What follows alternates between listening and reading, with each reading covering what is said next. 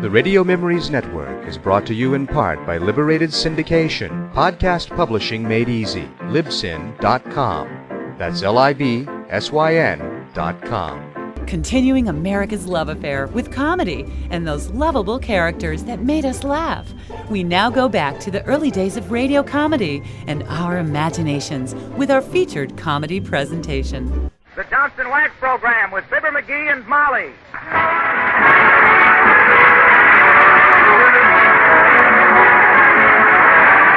The makers of Johnson's Wax and Johnson's Self-Polishing Glow Coat present Fibber McGee and Molly, written by Don Quinn, with songs by the King's Men and music by Billy Mills. The show opens with I Love Louisa.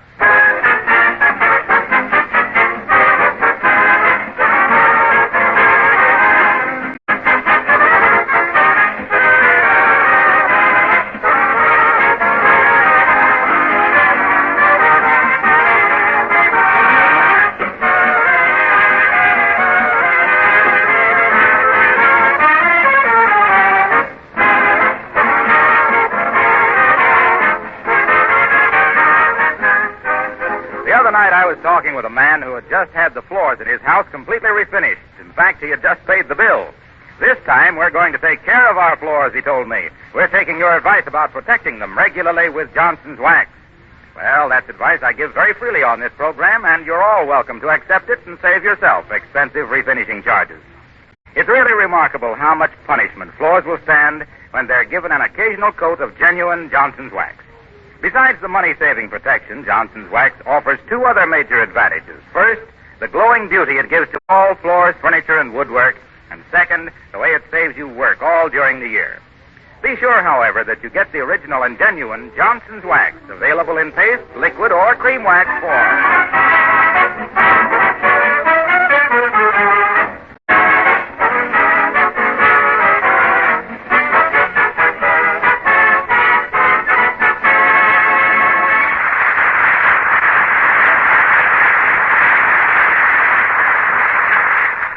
Cleaning time comes, a husband does one of two things. One, he goes away someplace. Two, he hangs around and gets in the way. The guy living at 79 Wistful Vista is type number 2, as you'll see when we join Fibber McGee and Molly.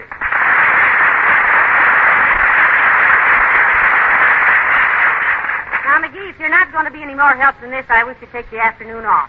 Go to a movie or something. I might call Billy Mills and go bowling. Well, why don't you? I can't. Billy hates bowling.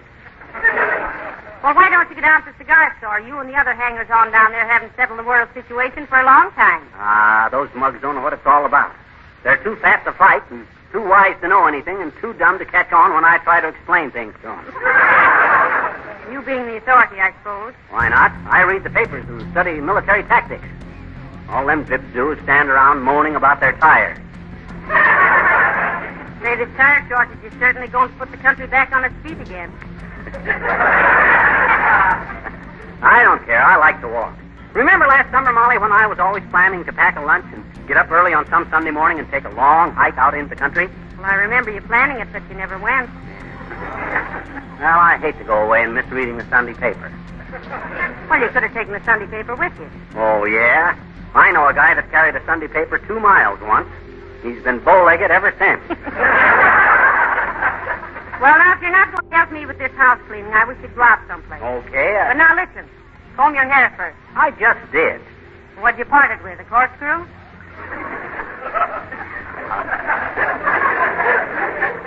I'm just different than most good-looking guys, Molly. Instead of curly hair and a straight part, I got straight hair and a curly part.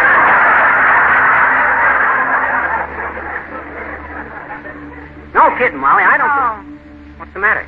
Hurt your hand? Oh. Molly, what's the matter? McGee, my ring. My engagement ring. Huh? It's gone. Gone.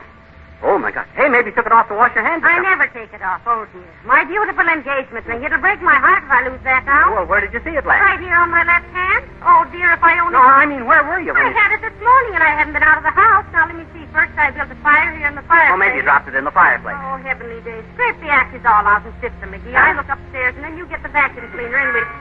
Oh, dear. Come in. Oh, hello, Mrs. Uppington. How do you do, Maggie? And Mr. McGee. Hi, Uppy. Now watch where you plant those big... watch where you step, Uppy. We lost a diamond ring around here someplace. My engagement ring, Abigail. It's missing. Oh, how terrible, my dear.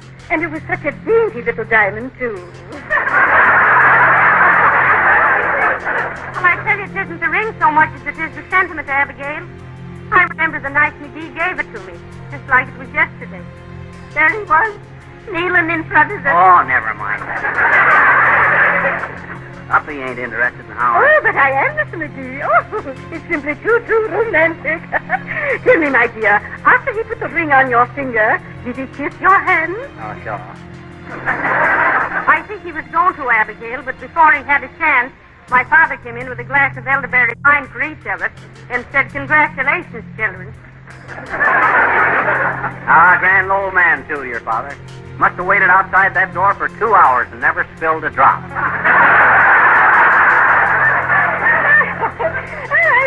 I hope you were married right away, my dear. I never did believe in long engagements. Neither did McGee. Particularly after we went into vaudeville. You know, we never played a theater more than 3 days.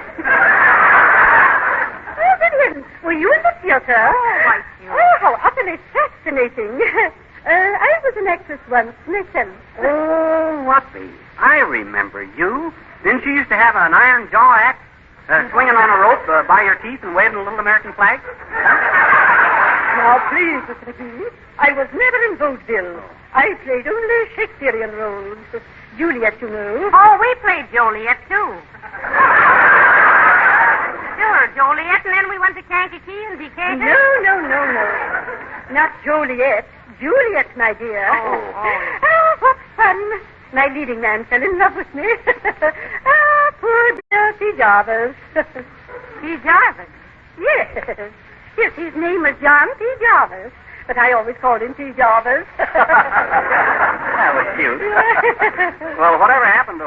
I don't like to be nosy, Uppy. Oh, but... he went away to make his fortune. But I've never seen him since. Well, didn't he leave any message when he left, Abigail? Yes, he left a note saying that someday he would return. And when he did, he... Oh, good heavens. I wonder. You wonder what? He said that some night he would return and toss a pebble at my window. Oh, my. Do you suppose? Oh, but it couldn't. But still, I must have this investigated at once. Goodbye.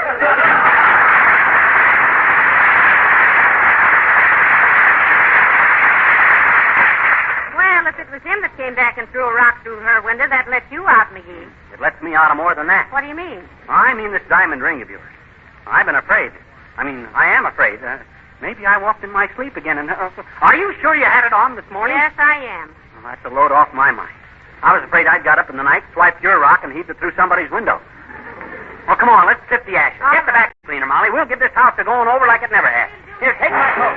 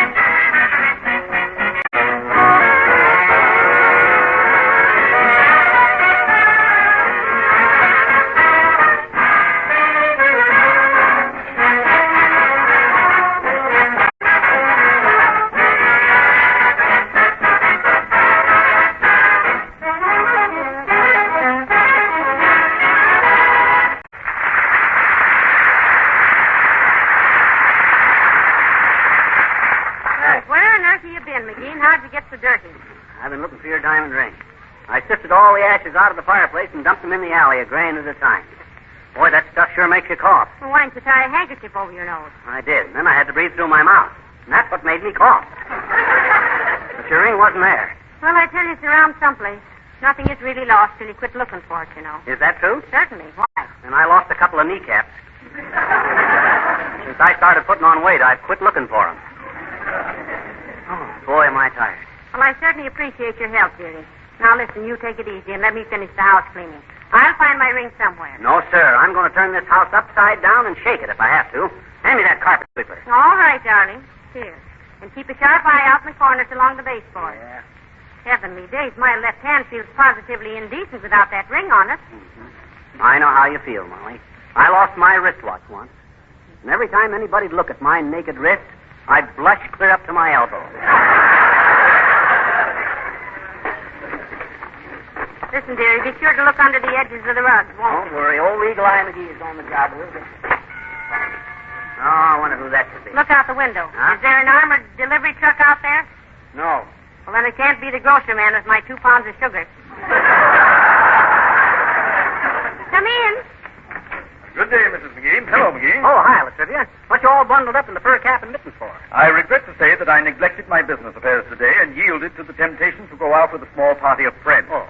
We have been boob sledding. No. You mean bobsledding. With the frantic little group of sportsmen I was with, Mrs. McGee, it is boob sledding. They are imbued with the peculiar idea that to see how close one can steer a sled to a moving streetcar is the height of hilarity. Well, it is kind of fun at that, Latrivia. Yes, I imagine it would appeal to you too, McGee.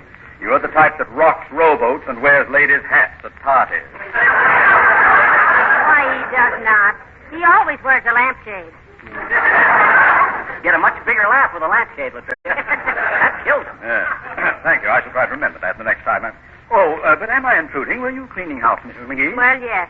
And then I lost my diamond engagement ring, Mr. Mayor. So we know it's around here someplace. Oh, I'm sorry. Do you mind if I take a look around? I'll be glad to have you, Latriv. Go ahead. Well, I don't see it anywhere. You couldn't have found a flat car and a phone booth in that length of time. My eyesight is very penetrating, McGee. Oh. In fact, I was quite a student of mesmerism at one time. What's mesm? Mesmerism. Hypnotism. Like this. Look me in the eye, McGee. Which one? Either one. Oh. Now relax.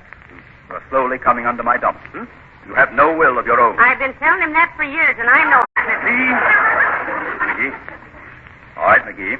When I snap my fingers, you are completely subject to my orders. There.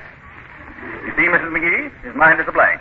Look at that glassy stare. That's the way he always looks when he does crossword puzzles. Isn't it, McGee? Isn't it, McGee? McGee! Well, heavenly days, he is hypnotized. Of course he is. Watch this. McGee, you are an Airedale. A big, brown Airedale. Speak. Isn't that wonderful? Look at him trying to wag his tail.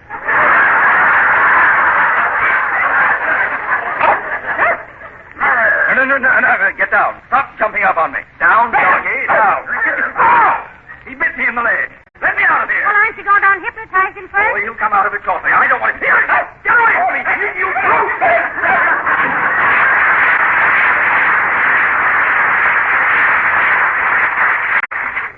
Boy, I sure fooled him, didn't I, Molly? You fooled me, too. I was about to call the drugstore for some flea powder. Well, I had to get rid of that guy some way so I could get back to work. Some act, huh? It was wonderful. It was so realistic. McGee, pull in your tongue and stop that panting.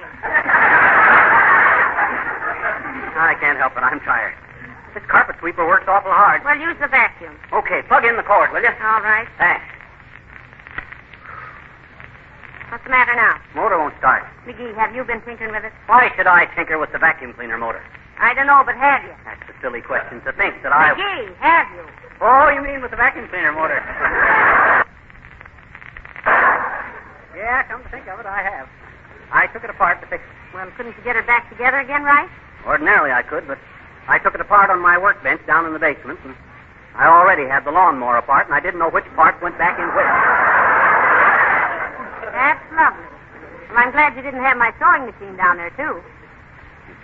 I did. But I kept the parts to that separate. Well, good for you. Yeah. I didn't want them to get mixed up with the works out of your electric mixer. What? Heavenly days, please, McGee, will you stop experimenting with the appliances? Well, I was just trying to... something is all. I thought if I fit a couple of little paddles to the mixing machine, I could use it for a house-poured motor next summer. And my sewing machine, what were you trying to make out of that, a pencil sharpener? No, Hey, I bet you got something there. Oh. I'll bet if I attached the razor blades to No, the bottom of it. No, please. Go get the carpet sweeper and sweep these rugs. Don't forget, I have a diamond ring laying around here somewhere. Don't worry, I'll find it. I'm the guy. Hello, Fibber. Hello, Molly. What's cooking good looking? I've lost my diamond ring, Mr. Wilcox. Yeah, be careful where you step, Harlow. We like mashed carrots, but not in the rug. My hot tonight. Well, gee, that stuff, Molly. Are you sure you lost it around here? No, absolutely. I always wear it right here on the third finger of my left hand. Hey, wait a minute. Let me see. Now, what good will it do to look at her hand? You're just hanging around the fairgrounds after the balloon's gone up. Hey, look at that hand. What's the matter with it? Nothing. It's lovely.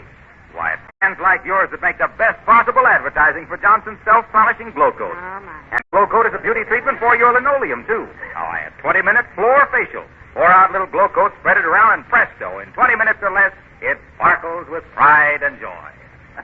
Harlow, you amaze me. How so, Joe?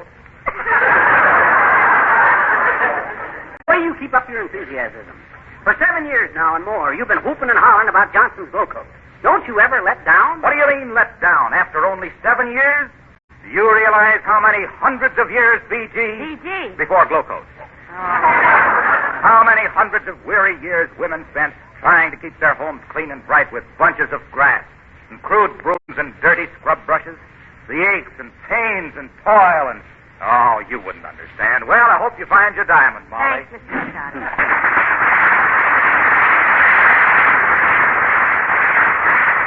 My, he certainly loves his work, doesn't he, dearie? Yeah, you know what he did? He went down to the Red Cross yesterday and gave him a pint of glow coat. Told him it was his life blood. Well, this ain't finding that diamond, Molly. Move that chair, will you, so I can sweep on All right. Ain't out of there any place. Oh, dear. You know what I can't understand is how that ring ever come off your finger. I thought it was on so tight. Well, it was, but whenever I worry, I lose weight. What are you worrying about? Well, wouldn't you worry if you lost the diamond ring?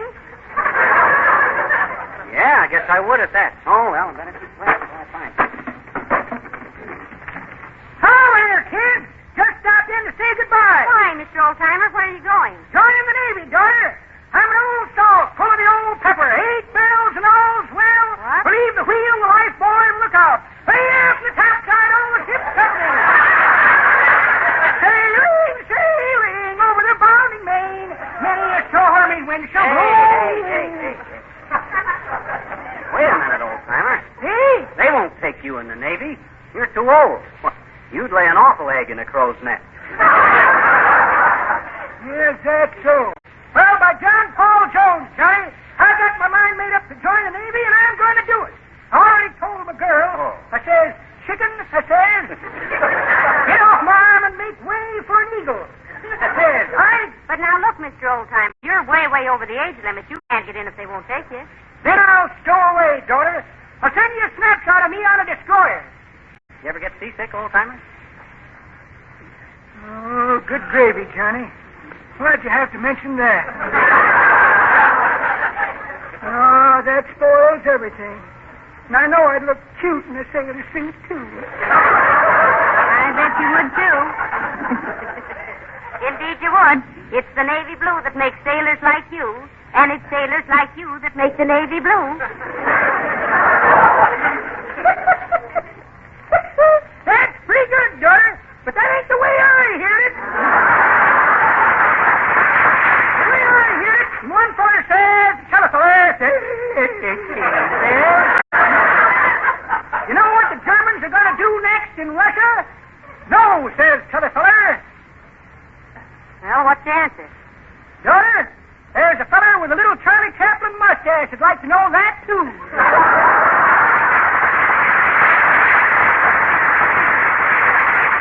Well, I'm still The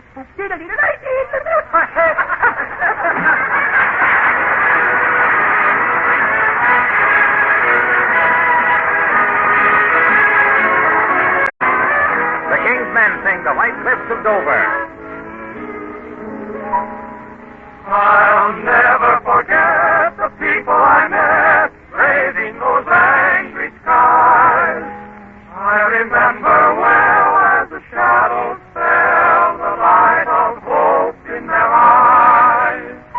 And though I'm far away, I still can hear them say, someday, for when the dawn comes on, there'll be bluebirds over the white cliffs of Dover. Tomorrow, just you wait and see. There'll be love and laughter and joy ever after. Tomorrow, when the world is free. The shepherd will guard his sheep. The valley will bloom again.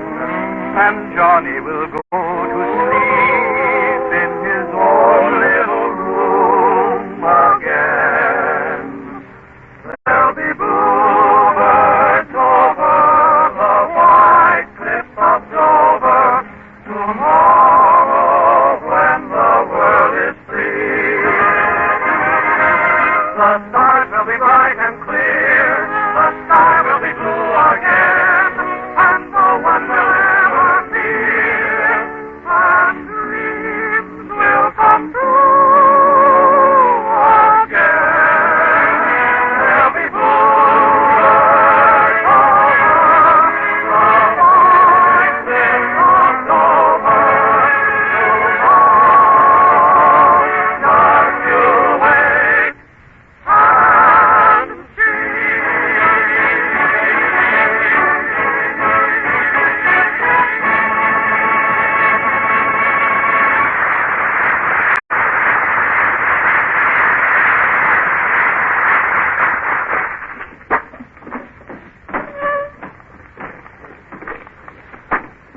Oh, boy. My word. This is the cleanest this house has been since it left the lumberyard. Hey, Molly. Did you call me, McGee? Every day's look at you perspire. Why not? I cleaned the whole downstairs, vacuumed all the rugs, and cleaned out all the desk drawers, and emptied the cigar ashes out of all the vases. Oh, good for you. Good for you. But I'll feel terrible if we don't find my ring. You see who that is. I'm going to look around upstairs once more before Okay. Come in. Hi, mister. Oh, hello, sis. I haven't got time to talk to you now. Mrs. McGee's lost her diamond engagement ring. Is she engaged? No, she ain't engaged. She's married.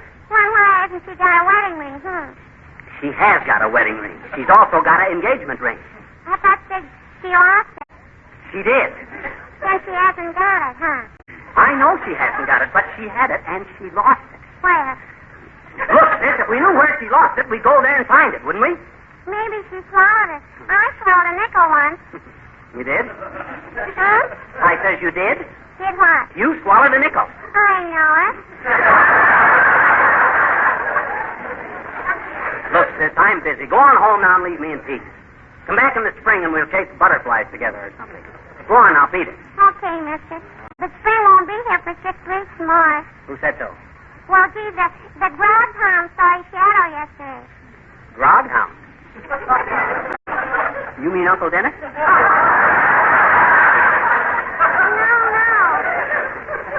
The groghound, like a little dog, kind of. Oh, you mean the groundhog. Sure. Well, I guess that proves it all right, sis. They say the groundhog is always right. Do you think so, mister? Absolutely. Nature gives them little animal instincts for that kind of stuff like that there, sis. That's how the robins know where to fly down to where it's warm. How the bears know when to go to sleep for the winter. And how the little moths know when to start munching on your best baby. I guess you never thought of that before, did you, sis? Sure, I have, I bet you. Oh, you have, huh? Sure. But I always kind of laughed it off, mister. Huh?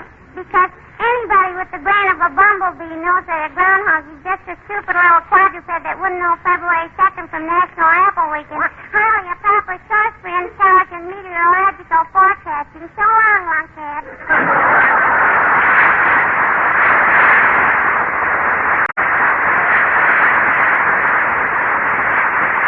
Why, that impudent little twerp. One of these days I'm going to lose my patience and play clap hands, here comes Fibber on the back of her rompers. Now, let me see. I better put that piano back where I got it. Oh.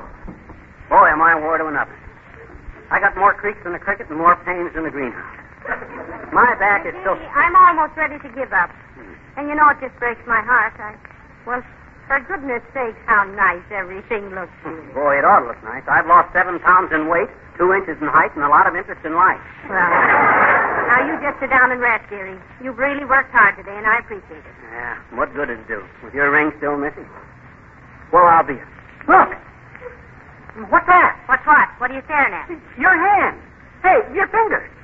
Your ring, there it is. Why, you must be seeing things. My hand is as bad. No. Your right hand.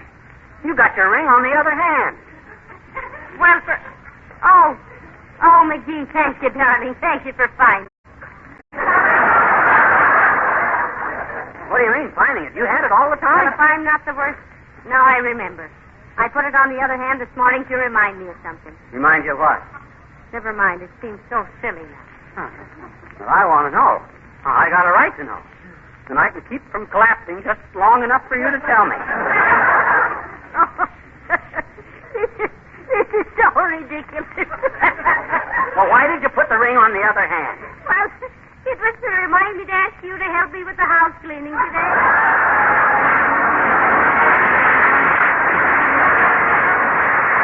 In bad weather, when the butcher, the baker, the candlestick maker come tramping across your kitchen floor with wet and soggy feet, your linoleum needs extra protection. Give it that protection with Johnson's self-polishing glow coat and see what a difference it makes in your daily work and in the appearance of your kitchen. As a matter of fact, it's when your floors get this extra punishment that you can see what a wonderful polish glow coat really is. It has a flexible film, which means that it wears evenly without chipping. It has a lasting luster, gives floors sparkling beauty that brings out and preserves the fresh colors of the linoleum. And glow coat is economical because a little goes a long way. Glow coat is self-polishing, needs no rubbing or buffing. You simply apply and let dry. But for glow coat results, be sure you get the one and only Johnson's self-polishing glow coat. Hey, Molly, you know what?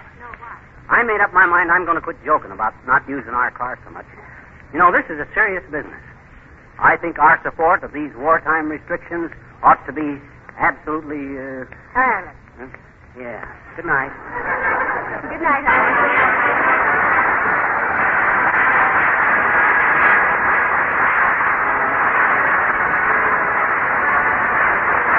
The War Department has just announced new revised regulations for training aviation cadets. Under these new rules, men between 18 and 26, married or single, with or without college education, are now eligible for the Army Air Corps. More than 2 million more men may now join this exciting branch of the service and play an important part in America's all-out victory program. How to join? See your local Army recruiting station immediately. This is Harlow Wilcox, speaking for the makers of Johnson's Wax Finishes for Home and Industry, inviting you to be with us again next Tuesday night.